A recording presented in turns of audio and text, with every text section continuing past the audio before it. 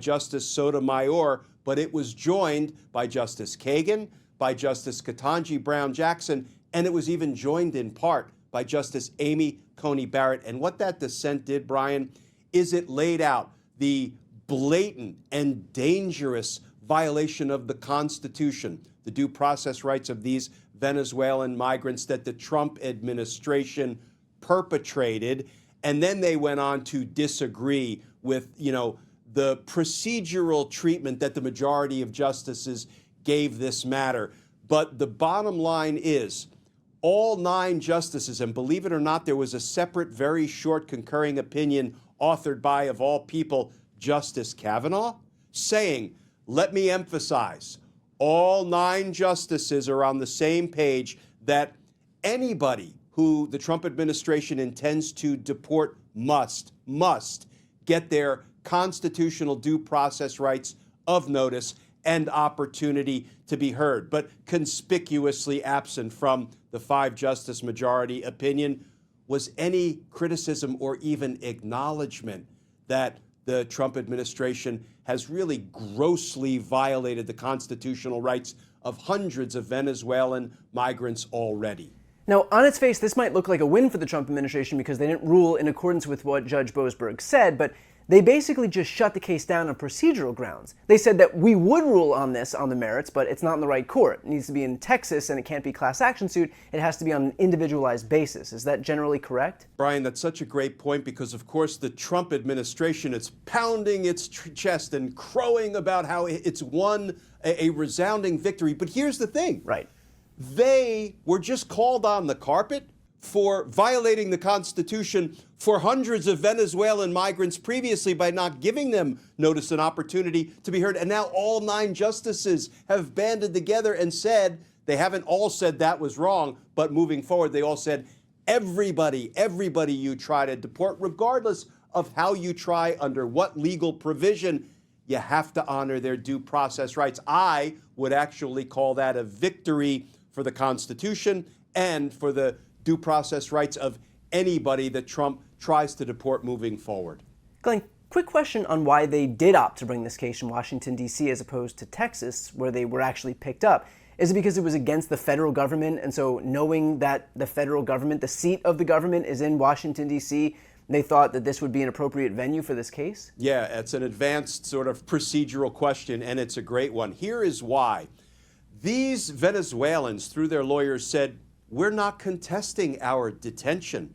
You're welcome to detain us as long as we get our notice and opportunity to be heard. So attacking the legality of one's detention is why you bring a petition for a writ of habeas corpus, but they weren't attacking their detention, which is why I think the 4-justice minority is right and the 5-justice majority is wrong. But then secondarily, they said, no, we're going to bring a class action because we believe that the Trump proclamation, which was signed in Washington, D.C., as you point out, invoking the Alien Enemies Act of, I think it was 1798, you're completely misusing it. You're using it in an unlawful and unconstitutional way, and that's why we brought... So the crime, so to speak, actually took place in D.C. because the crime didn't have to do with these migrants' detention. The crime has to do with Trump wrongly invoking a federal statute from within the White House in Washington, D.C.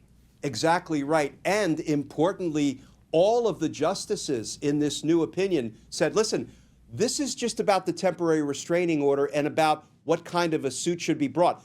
This does not even touch on whether Donald Trump lawfully or unlawfully invoked the Alien Enemies Act. And in fact, Justice Sotomayor goes to great lengths to say, oh, by the way, that will be litigated in the future. And let me explain why the Trump administration is likely to lose that. And she ticks through the reasons. So this really is a procedural, narrow, and even something of a temporary ruling. But let me add this, Brian.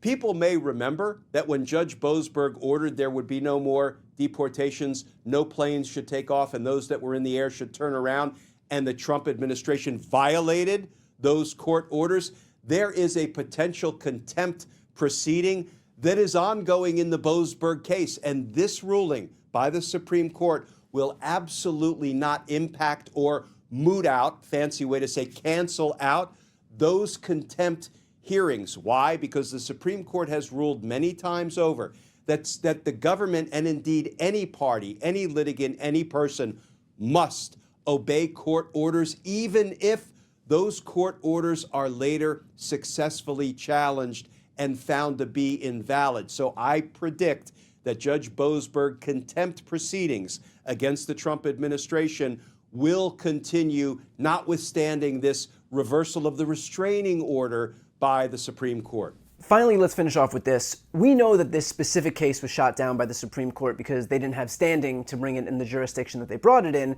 Is there another case that already satisfies these requirements that's currently ongoing? Or do we have to wait for one of these wrongly deported migrants to rebring the case only in Texas, where they actually have proper jurisdiction, and just to play the whole process out?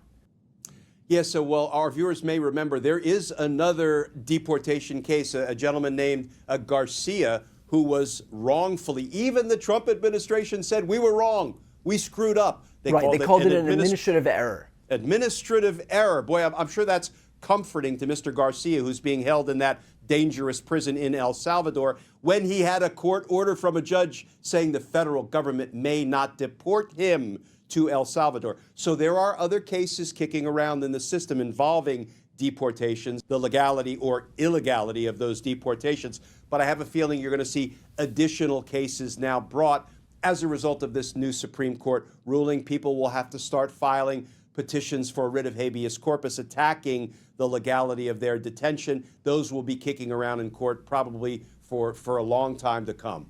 Glenn, where do we stand as of right now in terms of the Trump administration's ability to continue deporting these people without due process? Like, I know that you just mentioned that all of these Supreme Court justices were adamant in their demand that this administration actually give these people due process. Brian, I'm glad you asked me that question, because Justice Sotomayor, in her dissent, takes this exact point on. And here is what she tells the Trump administration. Indeed, it's a pointed warning from the minority of the justices who signed on to this dissent. She said, to the extent the government, the Trump administration, removes even one individual without affording him notice and a meaningful opportunity to file and pursue habeas relief, the government, does so in direct contravention of an edict by the United States Supreme Court, period, exclamation point. So I added the exclamation point. But look, she puts the Trump administration on notice. Hear me now. All 9 justices said, don't do it again moving forward. You did it for 200 or 300 immigrants already. Don't do it again, or you're directly violating an edict of the Supreme Court. Brian, when all 9 justices come together to make that point, that is something that we don't see every day coming out of the Supreme Court. All right, well, we will, of course, continue to stay on top of this issue. For anybody watching it, if you want to continue to follow along and support independent media more broadly, please make sure to subscribe. The links to both of our channels are right here on the screen. I'm Brian Tyler Cohen. And I'm Glenn Kirshner. You're watching The Legal Breakdown.